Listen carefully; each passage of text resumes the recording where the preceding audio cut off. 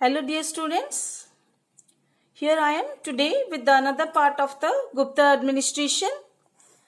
From the part of Gupta administration we had learned the monarchy, that is the rule of the king or the kingship.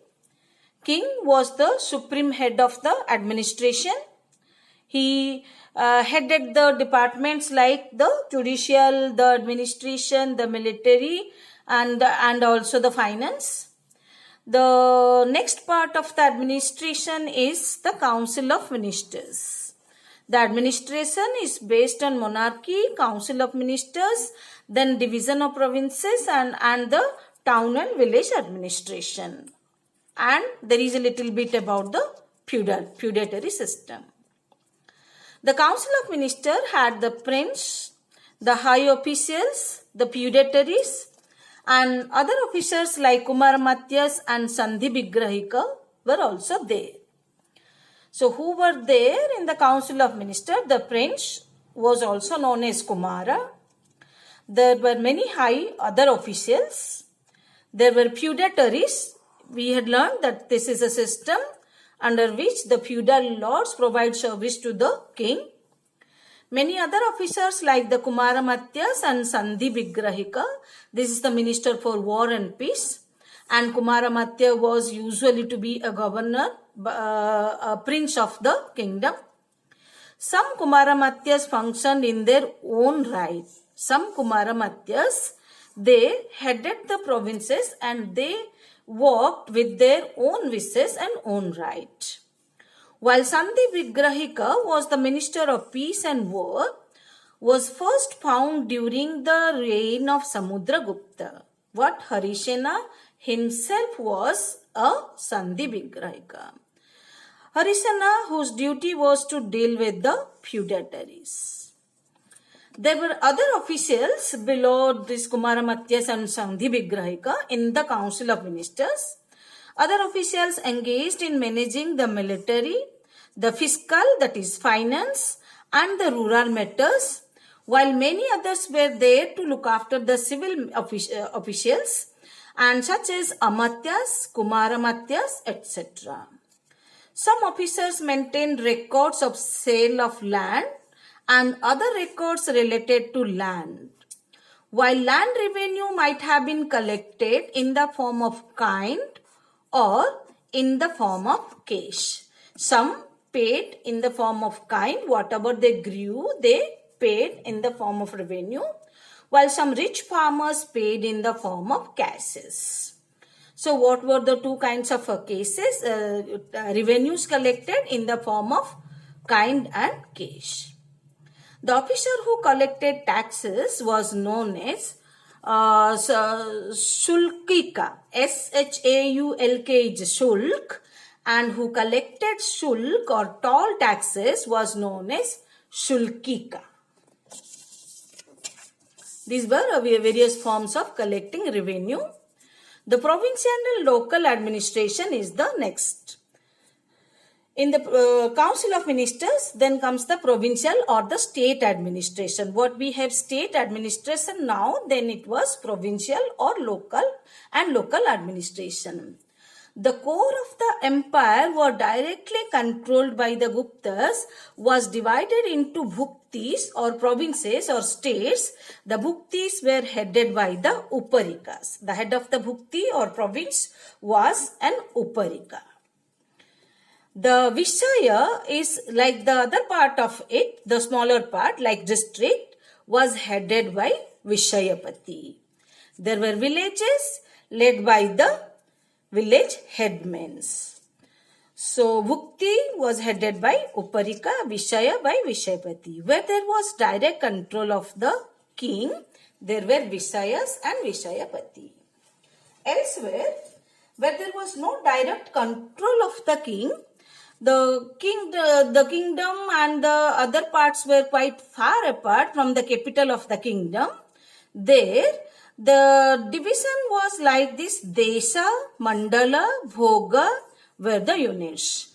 Here we have learned Bhuktis, Uparikas and the towns and villages. While there was no direct control of the king himself, The units were Desa, Mandala and Bhoga. They were the central and western India. This kind of division was planned. Next comes the village administration. Council of Ministers, followed by provincial and local administration. Then comes the village administration. The village headman was the head of the village, managed the village administration. Leading local administration of village or town was called the Vithis. No land transactions could be effected without the permission of the Vithis or the Vithis consent. All in the village land was headed by the Vithis. With his permission, the village land was sold and purchased, and thus the transaction could not be effected without the Vithis consent or permission. After the village administration, we have the administration of the town. There were towns known as Janapadas. The towns were also known as Janapadas. They issued their own seals and coins. Most of them were administered by a committee, while at some places there were also parishads or like the councils. So the committees were 5 members in most of the places, while some other places were administered by the parishads. The town administration was done by the committees of 5 or by a parishad made by them.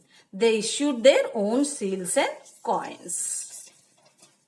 The towns of the Gupta Empire were placed under Purapalas. Okay, there we have learned that the districts were Vishayas led by Vishayapati, and the Bhuktis or provinces were headed by Uparika, while towns were headed by the Purapala. Some people belonging to guilds of artisans or traders also associated with the administration. A guild is a group or corporation. The artisans form together a body of guilds or corporation or group of traders. They also were associated in the town administration. One of the important towns of the period was Vaishali in Bihar, was an important town. Some Kulikas, from the Kula, it is Kulikas, and the Sreshthas were also there. Like the guilds or artisans and traders, Kulikas and Sreshthas were also taking part in the administration. Next of the part of the administration is feudal nature of polity. This is quite different from the Mauryan Empire and their administration. The Mauryan administration system was different. Then the king held the exalted position and adopted titles like Maharaja Dhiraja, and the king in the Guptas is assisted by Kumara Matyas and other important offices in the bureaucracy. While during Mauryan system, the emperor was the most important person taking decision on all the matters. So the feudal system is what? Feudal society is that, and under this system the power is given to some feudal lords and they provide service to the king and kingdom. The Gupta system of administration underwent several changes than that of the Mauryas. The Mauryans had a centralized control in the hands of the king or emperor.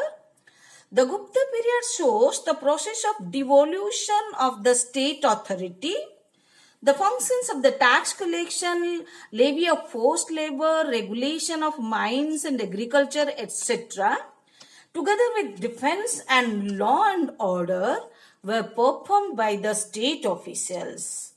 They were now step by step abandoned and first went into the hands of priestly classes, later went to the warrior classes. This is what in brief about the feudal nature of polity of the Guptas. They did not hold all the responsibility or did not put in the hands of the emperor. Primarily they were divided into the states and the provinces, and later on it was abandoned the system of state officials and went into the hands of feudals or priestly class or warrior classes. This is in brief about the administration of the Guptas. In the next part, we will learn about the education and culture and science that developed during the Gupta period. So, it is known as the golden age in the Indian history. Till then, keep learning. Stay home, stay safe. Bye-bye.